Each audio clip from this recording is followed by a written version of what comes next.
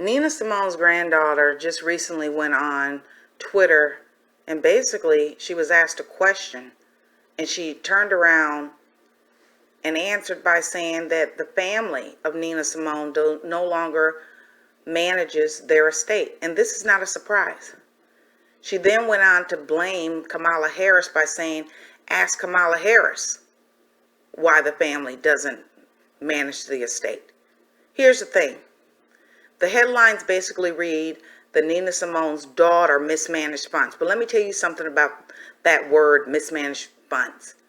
Every single time you look around and you see a black successful entrepreneur that is passed on, or you see a music artist such as Prince or Michael Jackson that is passed on, or you see an inventor that is passed on, magically someone is either mismanaged funds, or the business has to be taken into receivership, or they end up in bankruptcy, or they don't have a will. Whatever the case may be, they basically land in court when it comes to black wealth, ultimately leading to the black families no longer being able to manage the estate because they deem them unfit. And Nina Simone's issue, based on what her grandmother's saying, Miss Kelly that is that it was Kamala Harris that was the AG of California at the time, and she took it upon herself to put a knife in their back, the family's back, and put a gag order on Nina Simone's daughter. Who puts a gag order on the daughter of a great black artist? Why can't the daughter speak? She's not capable of speaking. She's not capable of managing. She's not capable of doing anything. I don't even care what they're claiming the daughter did. She mismanaged funds. She put 1.5 million into her company when she was supposed to give it to black education for music in Africa for children. Fine. Nina Simone obviously had a will, but we don't know all the details of that will. We don't know whether or not the will had been changed in midstream. The reason I point that out is because magically Prince dies, and he's very smart and intelligent without a will. In addition to that, when it comes to Michael Jackson estate, family members of the Jackson family, led by Miss Jackson, the mother, had submitted some documents in court a while ago. And I remember how those documents were rejected, ultimately leading to the family not getting anything, and the Jacksons talking about we don't get anything from the estate or whatever. Hopefully they were able to figure all that out, but I digress.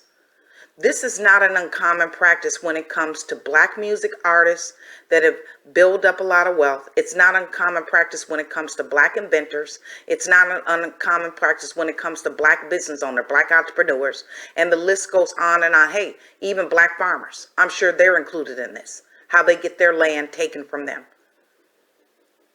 There's always a justification, and these estates, this wealth from black people end up in the judicial system somehow, some way, oftentimes pointing the finger that they're mismanaged, of course, because if they're not managed by white people, then their management style is not justified. When we look to Elvis Presley estate, do we see those same issues? When you look to a lot of high profile estates that happen to be white owned, you don't see their family suffering. You don't oftentimes see their family fighting tooth and nail only to end up being managed by people they don't even know that are no longer related to the family. You don't see that. But when it comes to high profile wealth in the black community, time after time again, you oftentimes see it. And that's why I think that RéAnna Simone Kelly, the granddaughter of Nina Simone, is telling the truth. Because we see this too often for it not to be true. She basically said Kamala Harris is the one responsible because she handled the account. For some odd reason, it got thrown into the court system. And because Kamala Harris was the AG at the time, she was the one that made sure that she put a gag order on Nina Simone's mother so she couldn't talk, and made sure that Nina Simone's estate was no longer managed. In fact, the granddaughter says that the estate be managed by white people. They gave it to white people. They don't receive anything from it. This happens Too often. It's been happening since the time of slavery, where you had black inventors invent something, but because they were slaves, so they said, once again, the judicial system, and therefore they cannot invent something and get the proceeds of their invention. So no, I don't doubt what her granddaughter is saying. I believe her wholeheartedly. I just find it interesting that every time you turn around and you get big headlines where they mismanaged funds, they did this, and they're just basically trying to cover it up. Let the family speak. Why would Nina Simone's daughter be on a gag order where she cannot speak? Why is the grandchild of Nina Simone coming out and saying, ask Kamala Harris how they lost the benefits of the state and the control of the state? Because when we look to the media, we find, oh, they did this, they did that. The family, that is. Nina Simone's daughter did this, that. That's what they're saying. But we don't see no problem with Elvis Presley estate. We don't see no problem with other estates that happen to be white people, where the family members are walking around not benefiting from the estate directly. We saw the Jackson family brothers talking about they don't get any money from the Michael Jackson estate. They actually said that. I watched them saying that. So we don't even think critically as to how this happens. We see black businesses taken into receivership.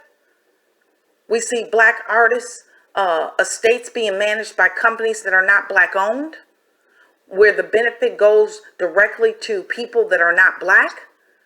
So her daughter, the granddaughter, stating that they, Kamala Harris, that is, being the Attorney General of California at the time, left the estate in shambles, is not surprising, because it seems to happen all the time, and it's been happening since the beginning of slavery.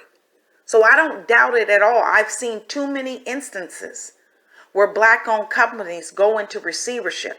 These black-owned businesses are worth 10 million, 20 million, you name it. Or they end up having problems. Problems oftentimes created outside, but then in the judicial system, the owner of that business, they point the finger saying that the owner and the staff mismanaged the funds. So I don't care what they're claiming that Nina Simone's daughter did that wasn't right, that was against Nina Simone's will. I don't care what they're claiming, because they're always claiming something under the shield of some sort of legal umbrella, that someone black in the family, once that black person that made all this wealth, accumulated all this wealth, passes on, that someone black in the family can no longer manage because they have violated something, violated a law. It's always the case. But if you look at many high profile white estates, you don't see the same thing. You see their family members, even all the way down to their grandchildren, enjoying the wealth that this particular white person made. So you have to question as to why does that happen oftentimes with high profile black families and their estates than it does with a higher profile white families and their estates. And the answer is very simple. If you really know what's going on in this world, especially in this country when it comes to black wealth, is that they find a legal way, not even a loophole. They can outright lie, in fact. Put gag orders on people, do whatever it takes. But ultimately, that black wealth is put into the hands of white owners that basically manage and run those estates of black people.